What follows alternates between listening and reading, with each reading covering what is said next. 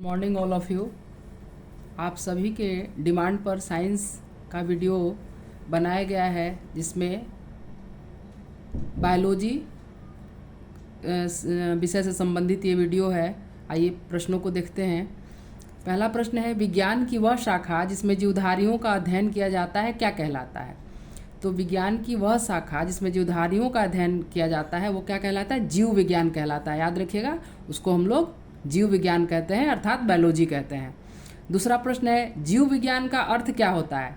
तो जीवन का अध्ययन। जीव विज्ञान के अंतर्गत क्या किया जाता है? जीवन का अध्ययन किया जाता है, तो इसका अर्थ हो जाएगा जीवन का अध्ययन। तीसरा नंबर प्रश्न है, जीव विज्ञान शब्द का प्रयोग सर्वप्रथम किसने किया? तो जीव विज्ञान शब्द का प्रयोग सर्वप्रथम लैमार्क जो फ्रांस के थे एवं ट्रेविरेनस जो जर्मनी के थे, इन दोनों ने मिलकर किया था। कब किया था? 1801 ईस्वी में। नेक्स्ट क्वेश्चन है, जीव विज्ञान का पिता अर्थात फादर ऑफ बायोलॉजी किसे कहा जाता है? तो अरस्तु को कहा जाता है। जीव विज्ञान का पिता किसे कहा जाता है? अरस्तु को। नेक्स्ट क्वेश्चन है, जंतुओं के अध्ययन को क्या कहा जाता है? तो जंतुओं के अध्ययन को जंतु विज्ञान कहा जाता है, और इंग्लिश में हम लोग इसको क्या कहते हैं? जूलॉजी कहते हैं। जंतुओं के अध्ययन को क्या कहते हैं? जंतु विज्ञान, जूलॉजी। नेक्स्ट क्वेश्चन है, जंतु विज्ञान के पिता कौन है?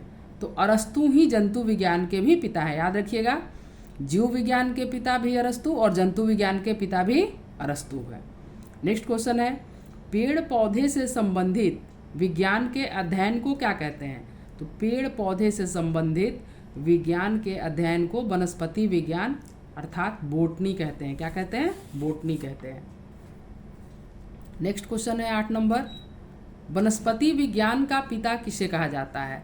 तो वनस्पति विज्ञान का पिता थियोफ्रेस्टस को कहते हैं। किसको कहते हैं? थियोफ्रेस्टस को। नेक्स्ट क्वेश्चन है, वातावरण से संबंधित विज्ञान के अध्ययन को क्या कहा जाता है? तो वातावरण से संबंधित विज्ञान के अध्ययन को पारिस्थितिकी कहते हैं, अर्थात इकोलॉजी के अंतर्गत हम लोग वातावरण से संबंधित अध्ययन करते हैं और उसको हिंदी में हम लोग पारिस्थितिकी कहते हैं। नेक्स्ट क्वेश्चन है, चिकित्सा शास्त्र का जनक किसे कहा जाता है? तो चिकित्सा शास्त्र का जनक किसको कहा जाता है? हिपोक्रेटस को कहा जाता है। और ये इनका समयकाल कब था? तो 460 से 370 बीसी इनका समयकाल था। नेक्स्ट क्वेश्चन 11 नंबर है, पादप जगत एवं जंतु जगत के बीच की कड़ी क्या कहलाती है? युगलिना को पादप जगत एवं जंतु जगत के बीच की कड़ी कहते हैं। किसको कहते हैं? पादप जगत एवं जंतु जगत के बीच की कड़ी युगलिना को कहते हैं। नेक्स्ट क्वेश्चन है, वर्गीकरण की आधारभूत इकाई क्या है? तो जाति स्पीसीज को वर्गीकरण की आधारभूत इकाई कहते हैं। नेक्स्ट क्वेश्चन है, मनुष्य का वैज्ञानिक नाम क्या है? तो होमो एस्पियंस जो है वो मनुष्य का वैज्ञानिक नाम है। क्या है? होमो एस्पियंस। नेक्स्ट क्वेश्चन है 14 नंबर, मेढक का वैज्ञानिक नाम क्या है? तो राना टिगरीना। मेढक का वैज्ञानिक नाम क्या है? राना टिगरीना। नेक्स्ट क्वेश्चन 15 नंबर, आम का वैज्ञानिक नाम क्या है? आम का वैज्ञानिक नाम मैंजीफेरा इंडिका है। कौन सा है? Mangifera indica. Next question 16 number, धान का वैज्ञानिक नाम क्या है? ओरिजा सटीवा। धान का वैज्ञानिक नाम ओरिजा सटीवा।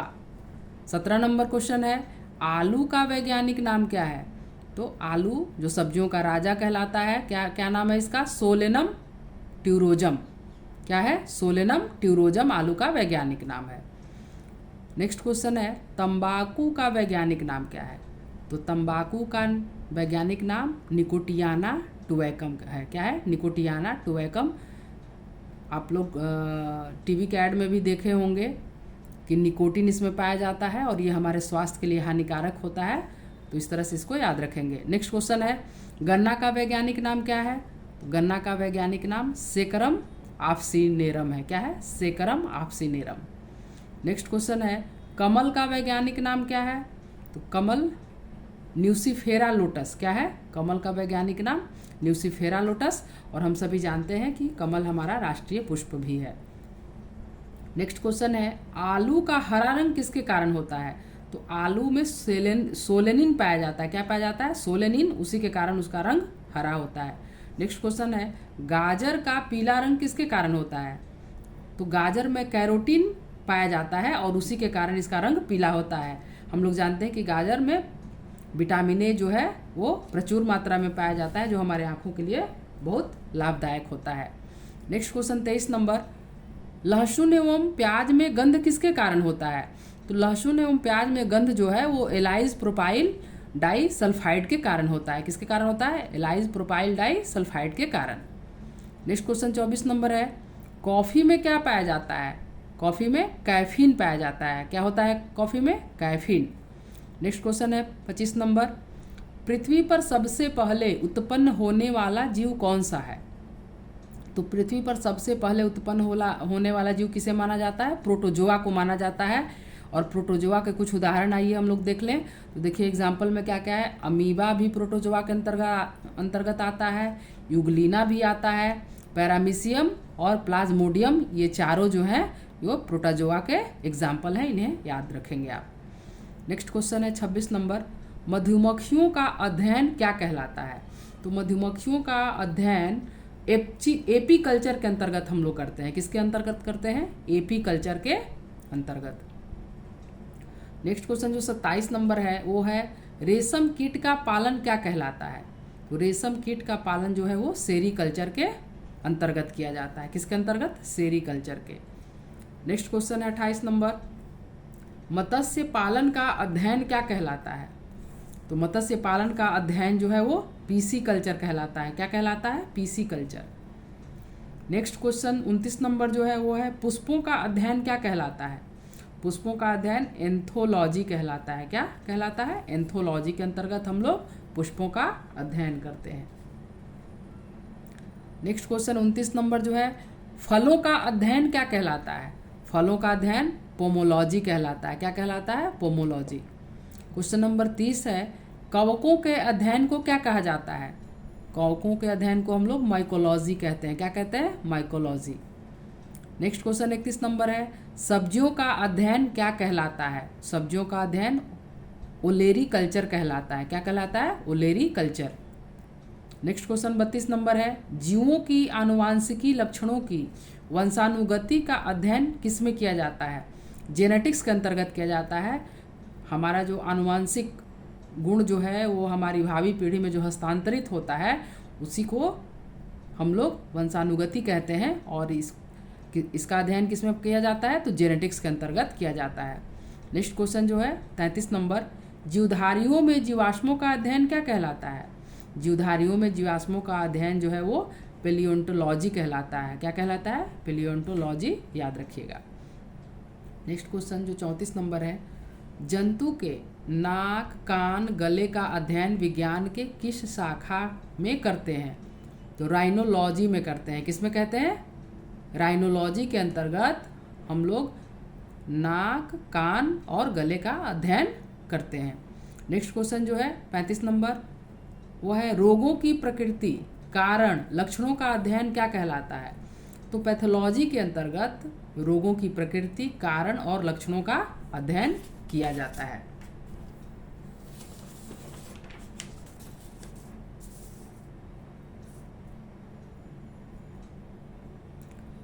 नेक्स्ट क्वेश्चन 36 नंबर, जीवन की सबसे छोटी कार्यात्मक एवं संरचनात्मक इकाई को क्या कहते हैं?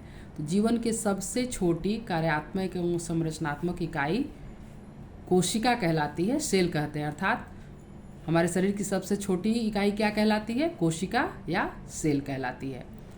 नेक्स्ट क्वेश्चन है, मानव शरीर में लगभग कितनी कोशिकाएं होती हैं? तो मानव शरीर में लगभग 5000 अरब कोशिकाएं पाई जाती हैं, याद रखिएगा। नेक्स्ट क्वेश्चन है, सबसे छोटी कोशिका किसकी होती है? तो सबसे छोटी कोशिका जो है वो माइकोप्लाज्म गैलीसेप्टिकमा की होती है। किसकी होती है? माइकोप्लाज्म गैलीसेप्टिकमा की। नेक्स्ट क्वेश्चन 39 नंबर है, सबसे बड़ी कोशिका कौन कहलाती है? तो शुतुरमुर्ग के अंडे की कोशिका जो है वो सबसे बड़ी होती है। नेक्स्ट क्वेश्चन 40 नंबर है, सबसे लंबी कोशिका किसकी होती है? तो सबसे लंबी कोशिका जो है वो तंत्रिका तंत्र की होती है। नेक्स्ट क्वेश्चन 41 नंबर, कोशिका का आकार कितना होता है? तो कोशिका का आकार जो है वो 1 से 10 माइक्रोमीटर होता है। नेक्स्ट क्वेश्चन 42 नंबर है, जीवन का भौतिक आधार किसको कहा जाता है? तो जीव द्रव्य को जीवन का भौतिक आधार कहा जाता है। किसको कहा जाता है? जीव द्रव्य को जीवन का भौतिक आधार कहा जाता है। नेक्स्ट क्वेश्चन 43 नंबर है, जीव द्रव्य का खोज किसने किया? तो जीव द्रव्य का खोज डुजार्डिन ने किया। किसने किया? डुजार्डिन ने। नेक्स्ट क्वेश्चन 44 नंबर, जीव द्रव्य को और किस नाम से जाना जाता है? तो जीव द्रव्य को प्रोटोप्लाज्म के नाम से भी हम जानते हैं, और प्रोटोप्लाज्म जो है वो 1840 ईस्वी में पुरकिंजे के द्वारा कहा गया या नामकरण किया गया।